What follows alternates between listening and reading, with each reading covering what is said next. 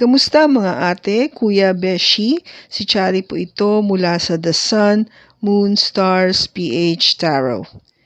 Ipapaalam ko lang po na ito po ay isang general read o pangkahalatang pagbabasa at maaring hindi lahat ay magtugma sa inyong sitwasyon. I-check din nyo ang inyong Moon, Rising at Venus sign. Baka doon mas tumugma ang read para sa inyo. At kung ang mensahe ay tama sa inyo, paki-like lang po at mag-subscribe kung hindi pa ninyo ito ginagawa. Okay, mag-umpisa na po tayo.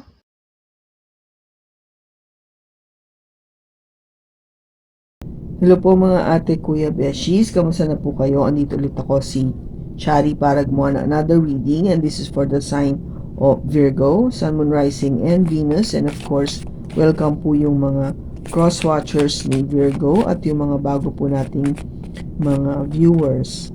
Tignan po natin ngayon kung ano yung makukuha nating mensahe para sa'yo pagdating sa bagay-bagay na hindi mo pa alam, no? O parating.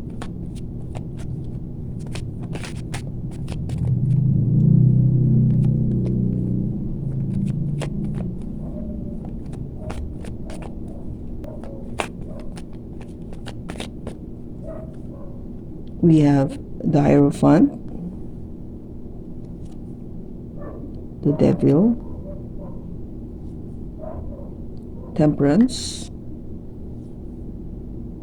Ten of Pentacles, and the Knight of Wands. Bottom niya is the Two of Swords.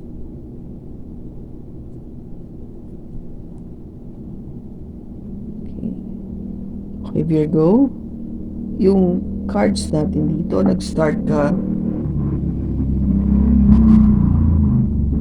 with the Hierophant. Yung Hierophant dito is energy coming from a Taurus, no? Ito yung nagsasabi na definitely you are in a relationship, no? Dito yung sa mga Taurus natin na in a relationship, okay? So, yung Hierophant kasi would mean something to do with either you're in a relationship right now or in the past, or sabihin natin na you are married, no? You are married. Kasi this is all about tradition, yung institution, things like that, no? So, definitely, meron tong kinalaman sa isang relationship. Either you are, sabihin natin, girlfriend, boyfriend, or married couple na kayo. Okay? Or, alam mo na, this includes also yung ating mga nasa LGBTQ1A+, okay? Now, there is something that is not good when it comes to sa relationship na to or sa marriage na to, kasi yung susunod ditong energy is the Devil, which is an energy coming from a Capricorn, okay? So you might be dealing also with a Capricorn, or may Capricorn kasi yung chart.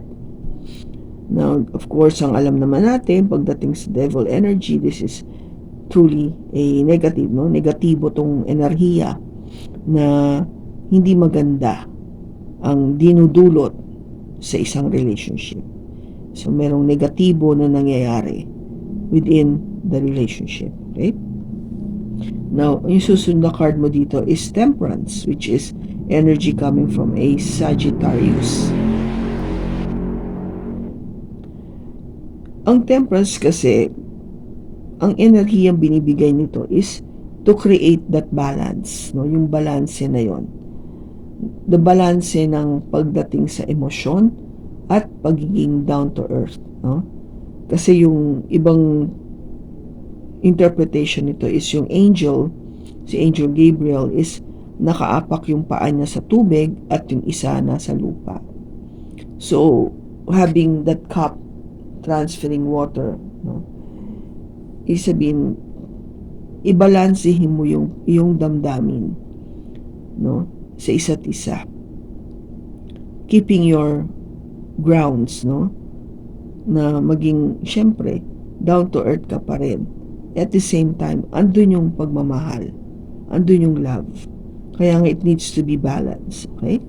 No? Balance siya, hindi siya yung merong kalang na isa lang yung sabihin natin na aspeto ang yung tinitignan, hindi lang puro pagmamahal o hindi lang pagiging practical sa buhay.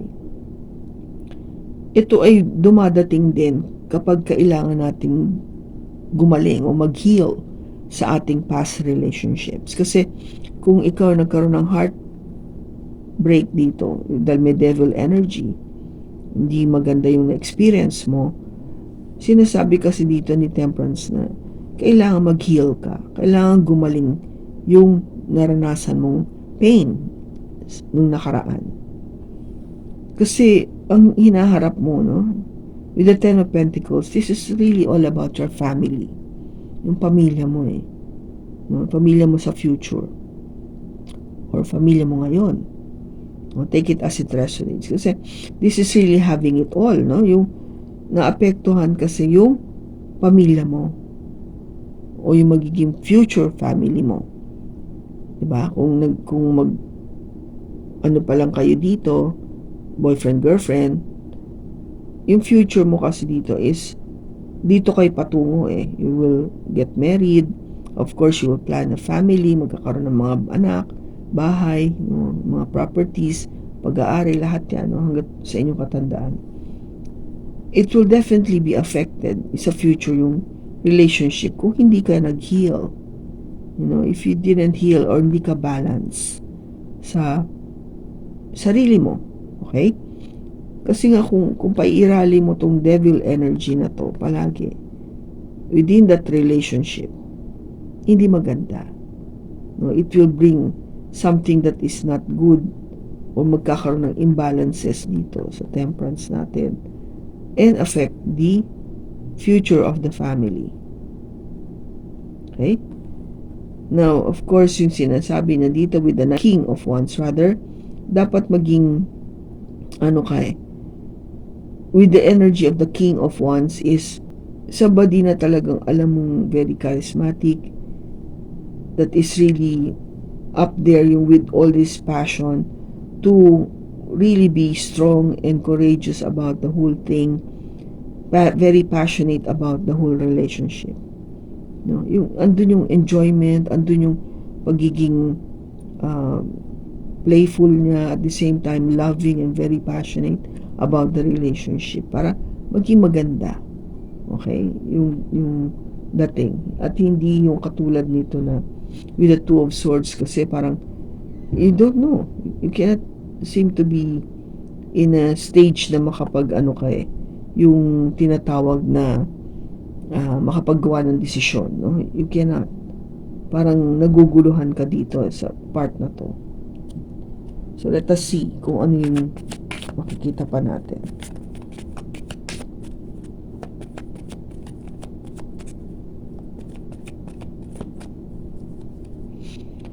We have the Knight of Wands, the Three of Wands, the Ace of Wands, the Chariot, and the King of Swords.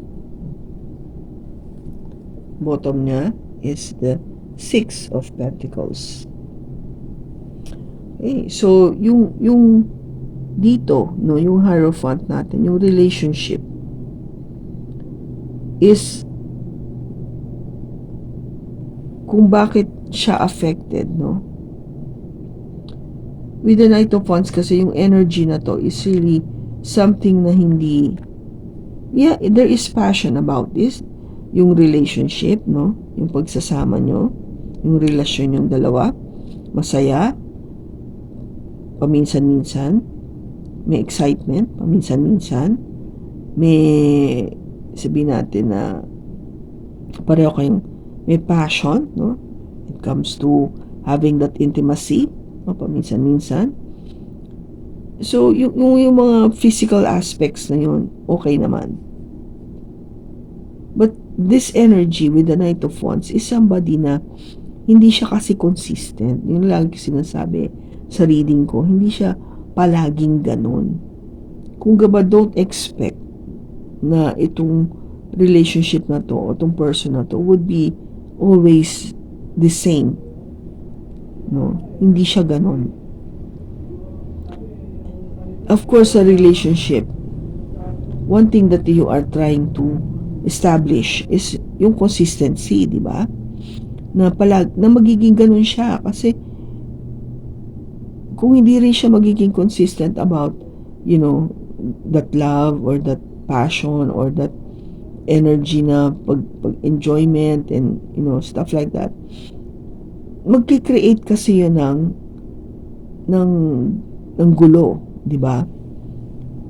Kasi kung nakilala mo siya ng ganito, no, yung masarap kasama, enjoy ka, very funny, ganun. Tapos eventually, may time na sabihin natin na hindi mo ma-felt yun, hindi mo maramdaman yun kasi hindi niya gustong ibigay yun sa'yo. Diba? Bakit nga ba ang tao nagbabago o pupulba? Kasi ayaw niyang ibigay yun. Yung willingness to give that energy to your loved one. Diba? Minsan hindi mo, ayoko. Diba gumaganon ka? Pag si Mister nangangalabit, sabihin ni Mrs., ayoko nga. You refuse to give that love, no? Kasi ayaw mo eh. Yung feeling na para bang, no? Ayoko, not this time. Ito yun, no? Ito yun. Yung energy na you cannot be consistent about it. Diba? You cannot be consistent about it. Hindi ka maging palaging ganun. Kaya it affects the energy nung relationship. Now, yung devil dito, yung devil energy dito is all about pagsasabi ng or pag-iintay, no? It has something to do with what are you waiting for? Yung parang siguro nag-iintay ka ng magkaroon ng pagbabago. Change. No? Kasi ang kasunod ng card mo is the Ace of Wands. No? It's a new beginning. I think you're waiting for that new beginning to happen. Kasi kung gaba parang ayaw mo na eh. Ayaw mo ng itong energy na to ng Wands. Kung titignan mo, puro Wands sila, di ba? Knight of Wands, Three of Wands, and the Ace of Wands. It's all about being passionate. Yung aksyon na binibigay mo do sa tao. No? Okay, may times na masaya ka, okay, ganyan. Pero, ang nangyayari nga is, parang dahil nga hindi ka consistent, which is, parang one of the energy of the devil energy. Kaya ikaw, you're waiting, no? Nag-iintay ka na, sana mabago na to. Sana magkaroon ng new beginning.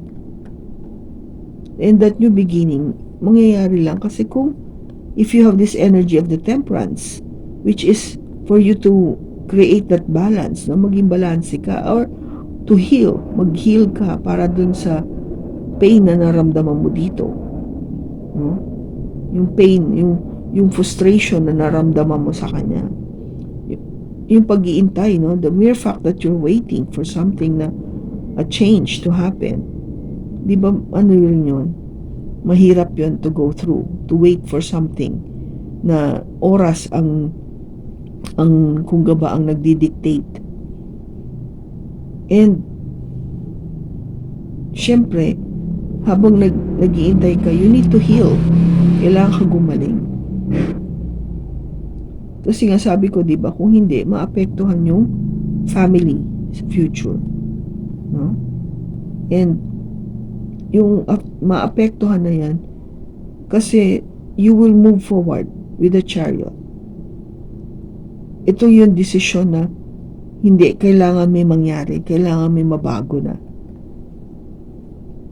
Katabi niya kasi Ace of Wands, di ba? A new beginning. So you wanted a new beginning and you need to move forward. Gusto ko nang umusad ditong relationship na to. Ayoko nang ganito palagi. Kaya ikaw, ang tanong lang dito is, saang direction ka pupunta? No?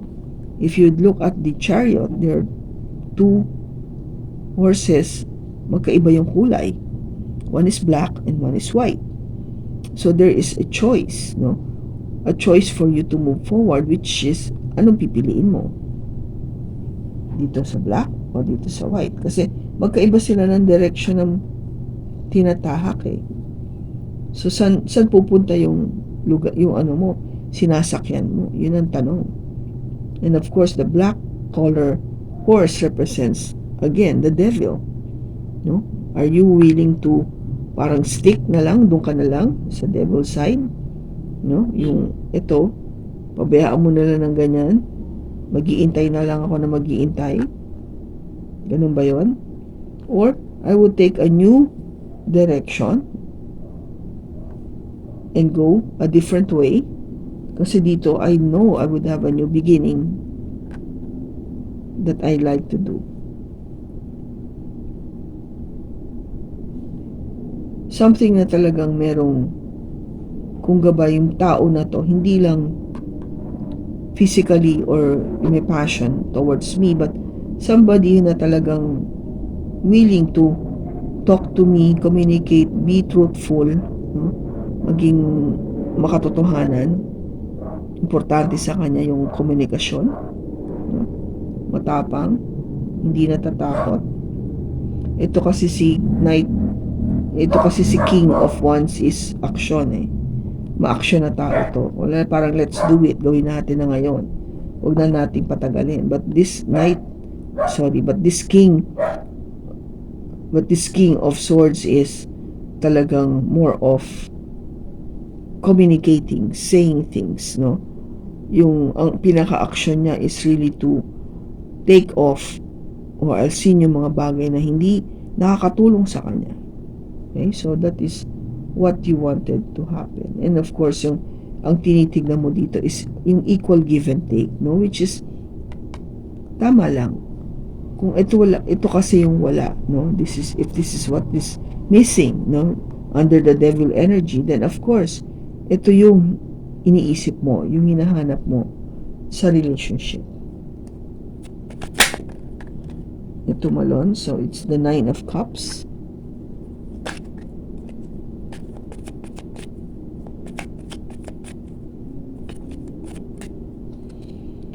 We have Justice,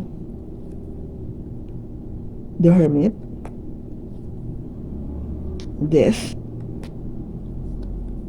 and the Queen of Wands. Bottom na is the Ace of Cups. Okay, Virgo. So, ikaw, dahil nga yung relationship mo is something na hindi mo mas makita yung consistency ng person mo, but that is what you've been wishing for with the 9 of Cups, no? Yung magkaroon sana ng wish fulfillment ikaw, na sana nga yung tao na to, yung person that I am in a relationship with, is magkaroon na ng consistency or maging mabago siya o bumalik siya ng yung talagang the way I wanted this person to be, no? And when it comes to kasi sa naging nangyari, dahil nga pinasukan ng devil energy, meron siyang ginawa something that is not good. That is not good, at saka something na nakakasakit, no? Kaya ikaw is, you are been parang waiting, no? Waiting for things to happen, na maging maganda sana yung tao, mabago, no? Magkaroon ng pagbabago, a change. And most likely to have justice, no? Justice sa inyong relationship. Hustisya. Kung gaba parang sana maramdaman ko naman na maging patas o mabigyan ako ng hustisya dito sa relationship na to. Kasi kung ako yung parang, alam mo na, nag-suffer ako because of this energy. Sana maramdaman ko yung pagiging equal, na makabawi ako, makaramdam ako ng hindi naman paghihiganti, but more of na parang yung the good side of life was on my side, no? Nasa akin. Ako yung kumbaga kinampihan ng destiny. Now, sabi ko nga, you need to have temperance, you need to have that balance or healing para magkaroon ka ng panibagong pag-uumpisa with this Ace of Wands, no? To have this new beginning.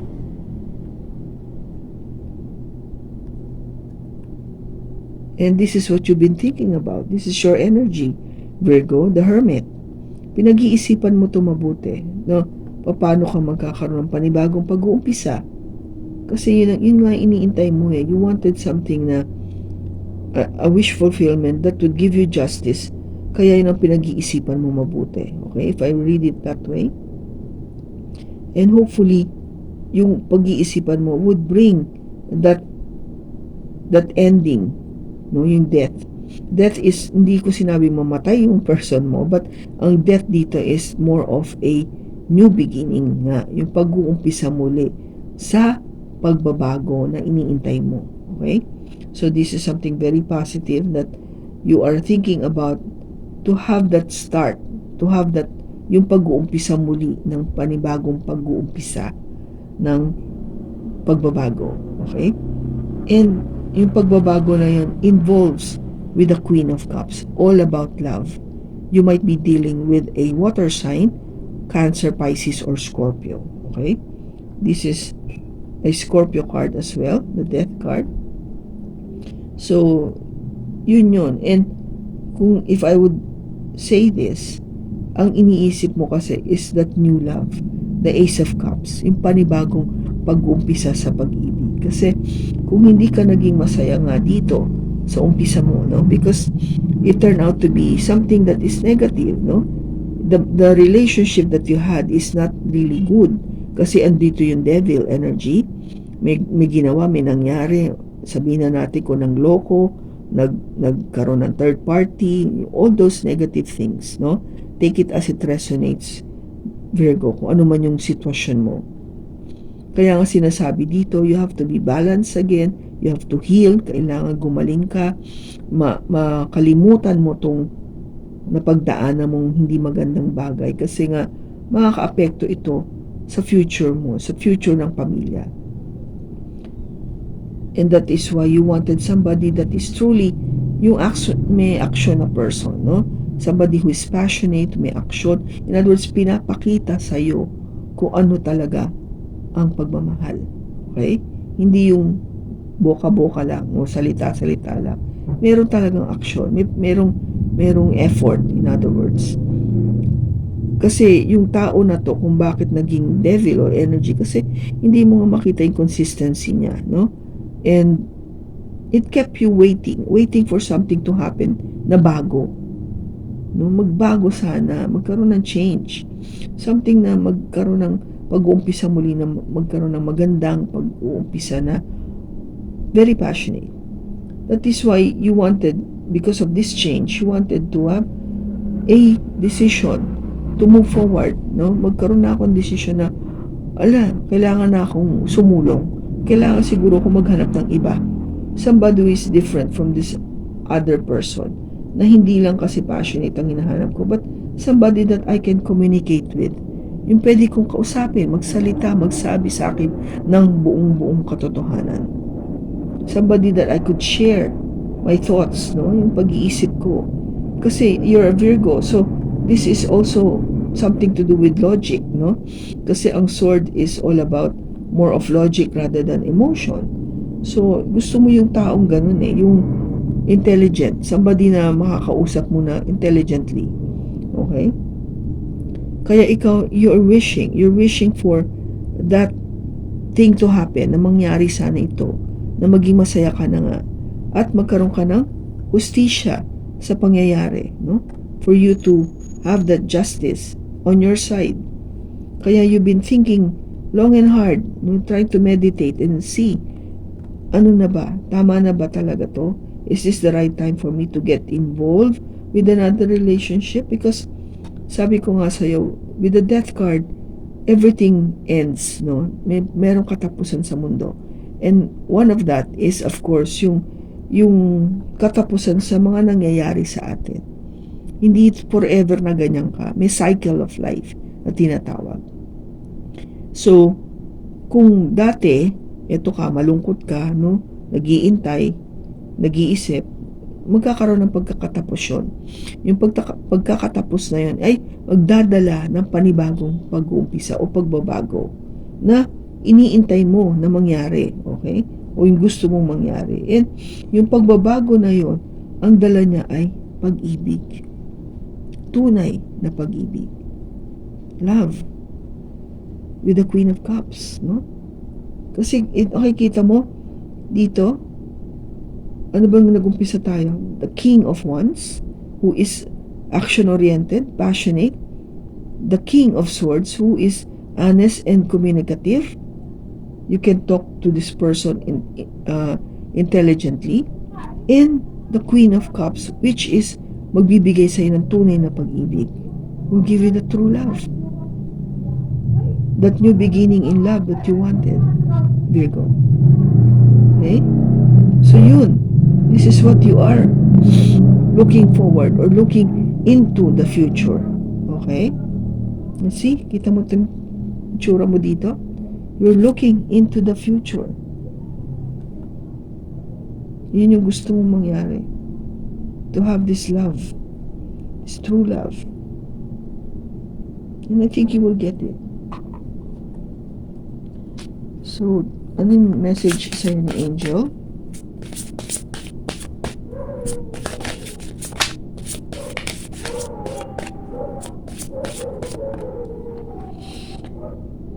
Communicate clearly.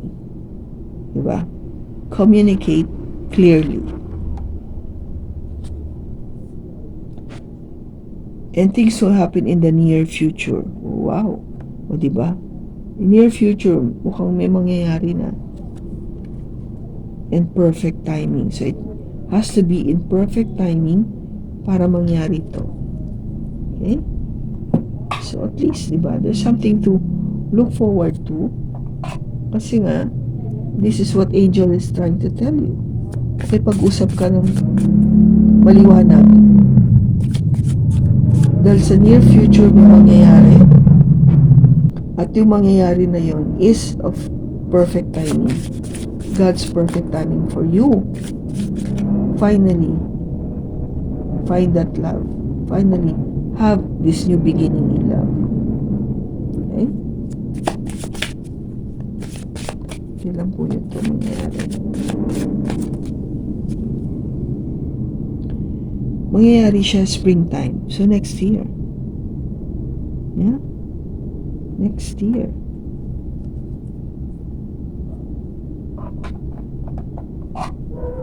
Ano pa yung message niyo for Virgo?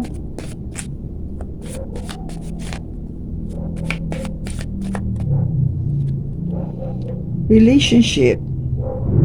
I am attracted to those people who serve my higher good. Yes, diba? Virgo, yun lang naman talaga eh.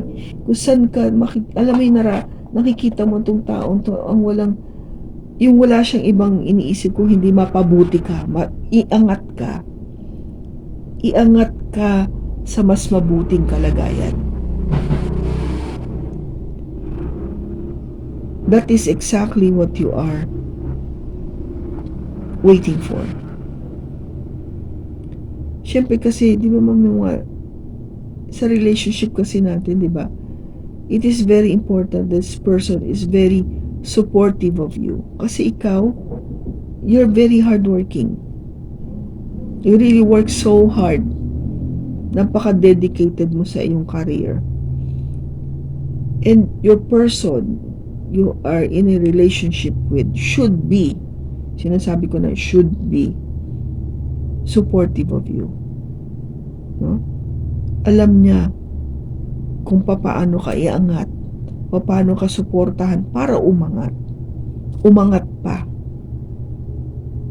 And yung person na to, dapat talaga punong-puno ng pagmamahal sa'yo. Okay? Kasi syempre, you need to spend a lot of time working. Diba? You need to really exert so much effort para nga mapabuti yung iyong posisyon, tumaas pa yung posisyon mo, kumita ka ng marami. If you need to elevate more of your skills, then you need to study. It takes time. Maalis kasi yung oras mo dun sa person.